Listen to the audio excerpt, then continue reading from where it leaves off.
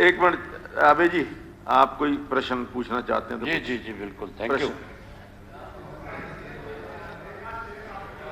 अध्यक्ष महोदय। नहीं नहीं, वो मेरे आप भी सुना दिया करो बीच में। हाँ हाँ, मैं सुनाऊंगा जब ठीक हो जाए। जरूरत पड़ेगी।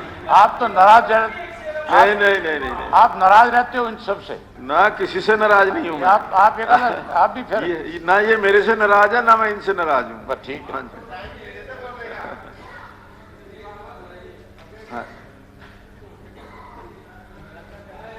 मेरी ये आपसे बेनती है, प्रश्न पूछना, डिबेट नहीं होगी ना। ये डिबेट हो चुकी, जो प्रश्न उत्तर प्रश्न होगा, डिबेट नहीं होगी।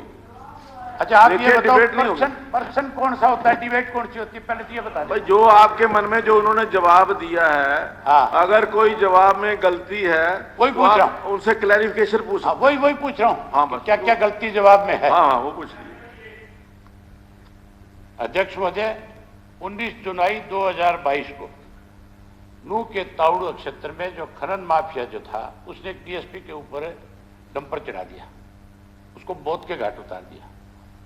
उसमें जो अगली बात है, जो गलती है, मैं वही बात आपके माध्यम से कहना चाहता हूं, पूछना चाहता हूं।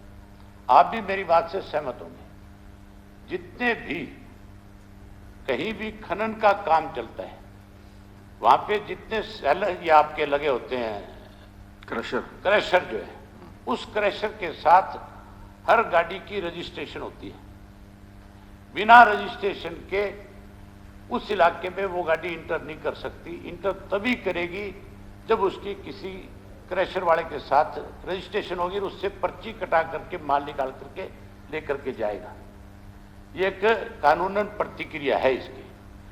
ये जो गाड़ी पकड़ी गई थी, जो डंपर पकड़ा गया, उस चालक को जब पुलिस ने पकड़ा तो उससे ये पता नहीं लगा पाई कि वो कौन से स्टोन क्रशर के साथ काम करता था।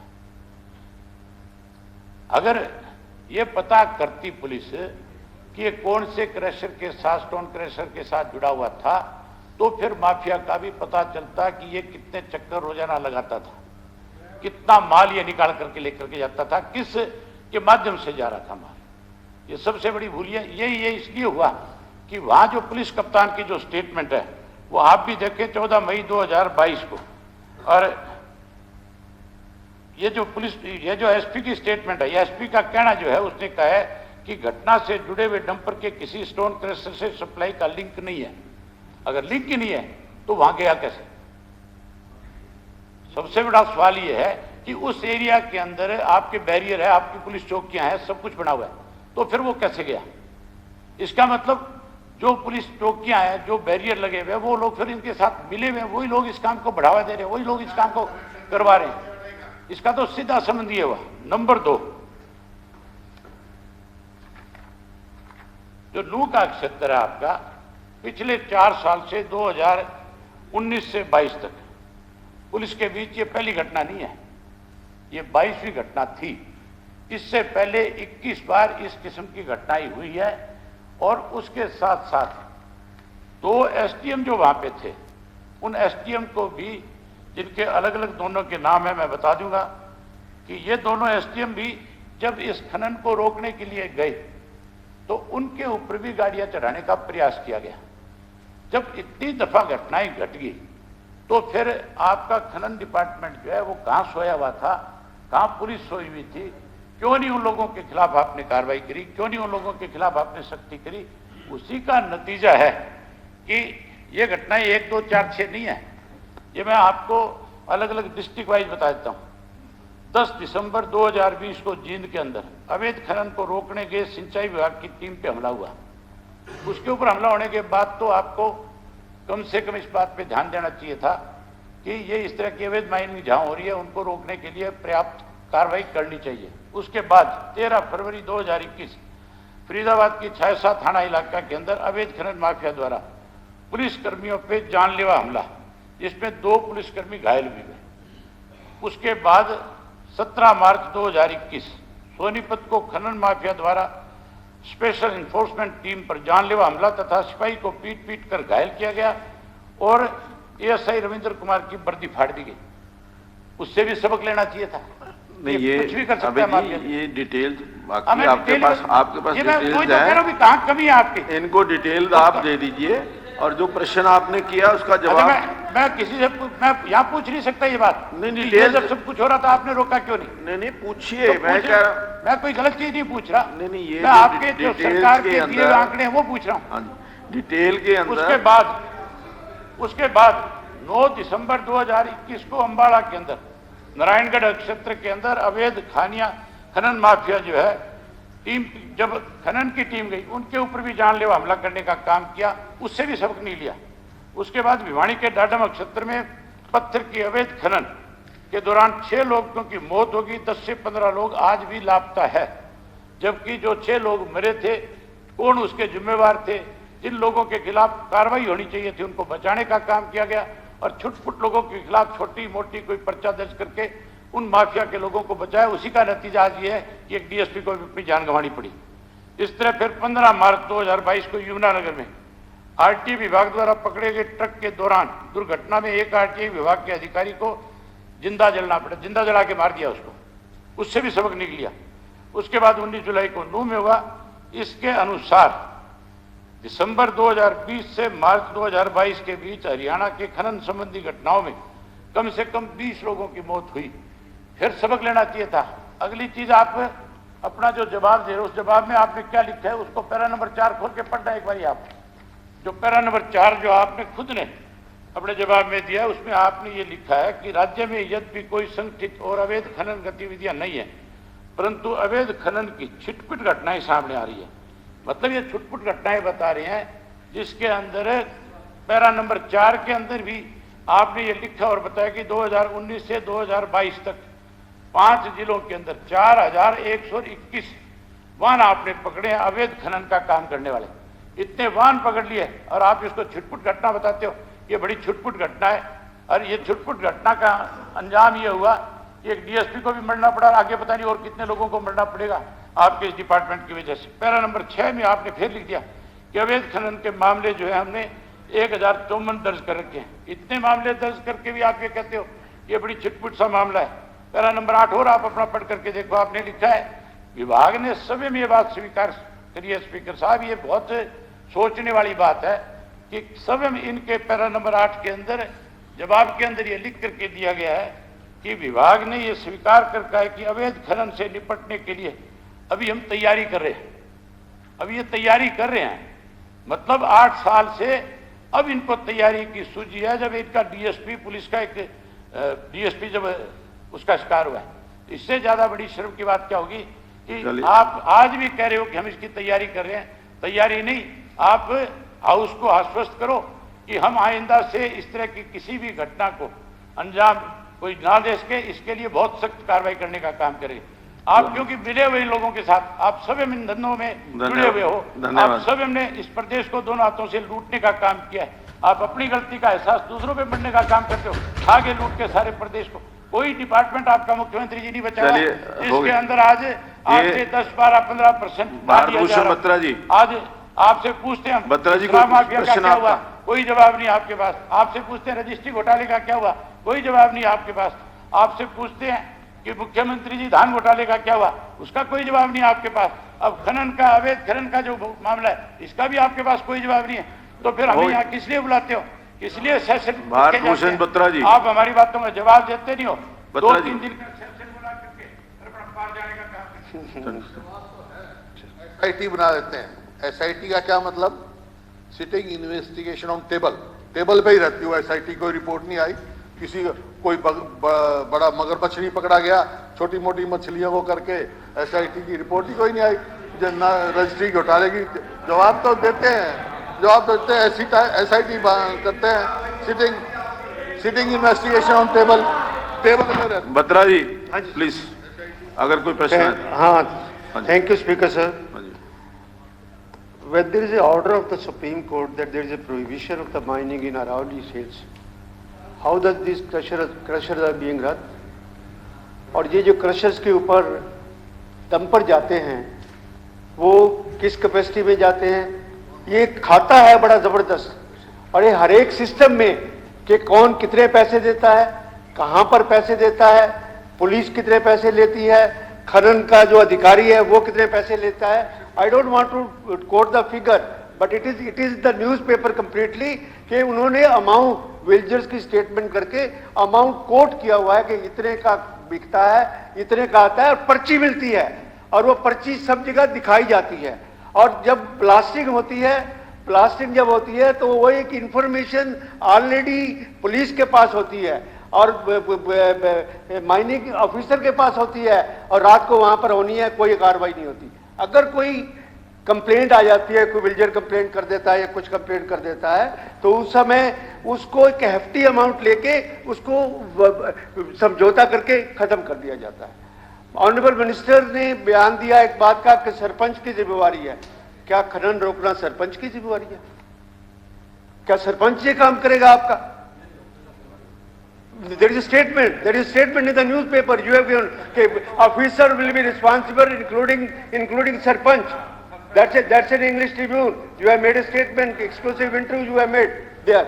और उसके बाद speaker sir, without this stone crusher, कोई भी रिकॉर्ड मंत्री जी इस सदन के सामने दिखा दें कि कोई भी ऑफिसर, पुलिस ऑफिसर या माइनिंग ऑफिसर ने जाके किसी क्रशर की कोई वहां पर चेकिंग की है कि आपके पास कहां आया है, इस सदन में स्पष्ट कर दे. चलो कोई बात नहीं, किस बात के लिए? क्योंकि जब आप कहां से, अब आप कहेंगे जी कि राजस्थान से आया 4 किलोमीटर से है, 15,000 रुपया वो दे के चला जाता है, उसके रिकॉर्ड में एंटर हो जाता है, वो पर्ची बना के दे देता है, उसके बाद दे देता है. और हर एक जो वहां पर बिजनेस करता है वो कहते हैं हम 50-50, 60-60 लाख का बिजनेस करते हैं. यही बिजनेस है, यही. कोई राजस्थान से पत्थर नहीं आता है. वहां पर आप इस बात के लिए रिस्ट्रिक्शन क्यों नहीं पुट करते कि इतने बड़े अरावली एरिया के अंदर स्टोन क्रशर्स कब क्या कर रहे हैं, जब 20 साल से सुप्रीम कोर्ट ने बैन दिया हुआ है उस बात के लिए? किस पर्पज के लिए वहां पर काम कर रहे हैं? इसलिए तो इलीगल माइनिंग हर एक पे आपने जीरो टॉलरेंस उसकी बता दी. और यहां पर जो लिंक है वो हर एक डिपार्टमेंट का लिंक है. हर एक डिपार्टमेंट को क्या क्या पैसे जाते हैं, किस हिसाब से पैसे जाते हैं, कितने का अल्टीमेटली वो ट्रक बिकता है, वो सब कुछ वहां पर जाकर सब कुछ साफ हो जाता है. उसके लिए अगर रिकॉर्ड आप मंत्री कह रहे हैं तो आप भी कह रहे हैं कि इस बात की रिकॉर्ड क्यों नहीं चेक हो सकता? क्यों नहीं माइनिंग ऑफिसर जाके वहां पर चेक करता कि आपके यहाँ स्टॉक में कितना आया है, ये स्टोन कहां से आया, इसकी पर्ची दिखाइए, और उसके ऊपर इनिशियल करे. वो पुलिस ऑफिसर, डीएसपी ऑथराइज करे, इंस्पेक्टर ऑथराइज करे. हाँ जी, ई रवाना बाहर निकलता है ना, जब आता है तब कहाँ है रिकॉर्ड? जब आता कहां से रिकॉर्ड, कहां से आता है? क्या राजस्थान से सामान आके और आप उसको सप्लाई करेंगे क्या? अपनी बात कहना, भाषण देना ठीक है. आएगा 100 किलोमीटर से, क्रेशर ऐसा नहीं है जिस पर माल आता हो, पर्ची होती ई रवाना के निकलता हो, और कोई ऐसा बिना पोल्यूशन के, बिना परमिशन के एक भी क्रेशर पूरे मेवात में जो भी है परमिट है और परमिशन के बिना नहीं चलता है. कहना सर, ये आंकड़ा दिखाई नहीं देता कितना बड़ा आंकड़ा है कि 7 साल में कितना आंकड़ा है, 4 साल में ये प्रयास ही तो है. प्रयास के कारण जब बंद करें, जब तो रेवेन्यू कलेक्शन हुआ है. ये भी हमसे 7 साल पहले थे अपना रेवेन्यू कलेक्शन, जब हमने प्रयास कराया, मुकदमे दर्ज करें. मैं आप बीच साहब ने ये कहा कि judicial inquiry in process. Where is the judicial inquiry? It's a statement of the minister. It's a statement of the home minister. The judicial process, under process. ये आपका ना बयान दिया हो, आपने उस बात के लिए क्या जुडिशियल इंक्वायरी आज ही इंस्टीट्यूट कर दे जुडिशियल इंक्वायरी? बिल्कुल मैंने दिया हुआ है और मैंने लिख के दिया हुआ है डिपार्टमेंट को कि इसकी जुडिशियल इंक्वायरी करवाई जाए. Why the chief minister is not ordering for it takes time, you know, for a judicial inquiry? Make any retired session judge, any retired judge of the High Court. Actually पर्यावरण की धज्जियां उड़ गई हैं. और ये मैं नहीं कहता कि इसकी ये हुआ, इसके ये हुआ, पर खनन माफिया मिली भगत से पिछले 8 सालों में सारी अरावली को खा गया. सारा पर्यावरण का भट्ठा बैठ गया. रोज सुप्रीम कोर्ट के अंदर शोर मचता है, एनजीटी शोर मचाती है, उसके बाद सरकार के कोई कान जू ही नहीं रहती किसी हालत में. Why this is protection by the government? Why protection of the officer? Why protection of the mining officer? And why protection of the politicians also? That is also there. अध्यक्ष महोदय, सुझाव सभी अच्छे हैं, बातभूषण जी के, बत्रा जी के, ऐसा नहीं कि सुझाव में कोई कमी है, लेकिन जब इम्प्लीमेंटेशन होती है उस समय ट्रेड के लोग भी, इस इंडस्ट्री के लोग भी, जनरल पब्लिक भी और हमारे सदन के सब सदस्य साथी भी, इन सब की रिप्रेजेंटेशन हमने सुनी है। मैं आपको नो का ही उदाहरण देता हूं, और तीनों विधायक आए, इन्होंने कहा कि ठीक है वहां माइनिंग बंद है, लेकिन राजस्थान से जो माइनिंग के आते हैं, मटेरियल आता है, उसकी क्रशिंग के लिए तो इन क्रशर्स को चलने दो। उधर आप कह रहे हैं कि कोई राजस्थान से आता नहीं है, सब वहीं से खनन होकर के वहां के क्रशर चलते हैं। उन क्रशर रजिस्टर्ड क्रशर्स हैं, और रजिस्टर्ड क्रशर्स का जब चेकिंग की गई तो वहां उनके जो डॉक्यूमेंट, जो उनका स्टॉक है इन रजिस्टर और फिजिकल, बहुत बड़ा अंतर उसमें मिला है। हमने यमुनानगर में चेक कराया है, जितने उनके एमडीएल के स्टोर्स हैं, एमडीएल एमसीएल क्या बोलते हैं उसको, एमडीएल, वहां का स्टॉक और उनका जो डॉक्यूमेंटल स्टॉक, बहुत बड़ा अंतर है। उनको सबको हमने फाइन किए हैं। अब ये बिजनेस का वहां पर जिस प्रकार का चलता है, वहां हर गाड़ी के साथ या हर वहां करने वाले के साथ पुलिस वाले तो उतने खड़े नहीं होते हैं, गार्ड्स हैं वो भी खड़े होते हैं, जो हमने उनकी पुलिस लगाई है वो भी वहां पकड़ते भी हैं, वाहनों को भी पकड़ते हैं, सब करते हैं। लेकिन जैसे एक स्मगलिंग टाइप मामला होता है, जैसे नारकोटिक्स के मामले को भी हम कंट्रोल नहीं कर पा रहे हैं, माइंस के मामले को भी इतने सारे केसेस होने के बाद भी ऐसा नहीं कि अभी भी उसके अंदर कोई ट्रक वाले या बाकी चोरी नहीं करते। हमारे पास सारे ये जो माइंस वाले हैं, यानी वाहन वाले ट्रक जिनके ओवरलोड करने के हमने जो चालान बढ़ाए, उनका कि हमारा ओवरलोड आप नहीं करते, ठीक है, जो एमवी में जो इसमें मोटर व्हीकल एक्ट के अंदर जितना उसका दिया हुआ है पैरामीटर्स, उसके हिसाब से हम चलाते हैं। लेकिन राजस्थान के सारे ओवरलोड ट्रक आते हैं, उनका मटेरियल जो है वो यहाँ ज्यादा वायबल हो जाता है, हमारा मटेरियल वायबल नहीं रहता, इसलिए महंगाई बढ़ेगी। अल्टीमेटली हमको उनको भी देखना है कि क्या किया जाए, राजस्थान को रोकना, बाकी प्रदेशों को रोकना। अब हमने कुछ दिन पहले ही माइनिंग डिपार्टमेंट को ये कहा है कि आप एक पीएलआई डाल करके हाई कोर्ट में या सुप्रीम कोर्ट में कम से कम आसपास के सारे ही जितने स्टेट्स हैं ये लागू करें, सबके ऊपर करें। हमने लागू करके देख लिया, हमारे एक पुलिस के बहुत अच्छे ऑफिसर हमने इसमें लगाया, उन्होंने खूब चालान करने शुरू किए, तो ये सारे माइंस वाले भी और सब गाड़ियों वाले भी सबके सब रिप्रेजेंटेशन लेके हमारे पास आ गए। तो प्रदेश में इन सारी चीजों का तालमेल बिठाने के लिए कई बार नियम सख्त भी करते हैं, उसका असर क्या जाता है, उस समय आसपास की स्टेट में क्या चलता है, ये भी सब देखना पड़ता। ई रवन्ना जहां से सोर्स है वहां ई रवन्ना चलता है। हमने ऐसे क्रशर्स भी पकड़े हैं जो ई रवन्ना का मटेरियल कहां से लाके दिखाया, अंडमान निकोबार का ई रवन्ना, गोवा, त्रिपुरा, अब वो पकड़े हैं हमने। और पकड़ने के बाद हमने तय किया कि आसपास की स्टेट्स का ई रवन्ना तो लागू, यानी हम उसको मान सकते हैं। आखिर ये मटेरियल ऐसा कि इसका ट्रांसपोर्ट किराया इतना पड़ जाएगा कि 2 स्टेट पार करके यहां करके वायबल होगा ही नहीं। तो आसपास की स्टेट्स का ई रवन्ना तो मान्य हो सकता है, राजस्थान का हो सकता है, उत्तर प्रदेश का हो सकता है, हिमाचल का हो सकता है, उत्तराखंड का हो सकता है, पंजाब का हो सकता है। लेकिन कोई यहां से 1000 किलोमीटर या 2000 किलोमीटर दूर से गाड़ी भर करके मटेरियल लाएगा, उसका वायबल हो ही नहीं सकता। तो इसलिए सारी चीजें की जा रही हैं। फिर भी आज जो सुझाव आए हैं सारे, इस सब सुझाव में जो भी अच्छे बिंदु हैं उनको सबको मान करके और माइनिंग के सारे विषय को, और ये लगातार करने वाला काम है, हर समय चौकसी चाहिए इसकी। एक बार हमने कोई नियम बना दिया उसके बाद सारे चौकस हो जाएंगे, ये होता नहीं है। लगातार इस सारे विषय में सुधार की आवश्यकता हम करेंगे।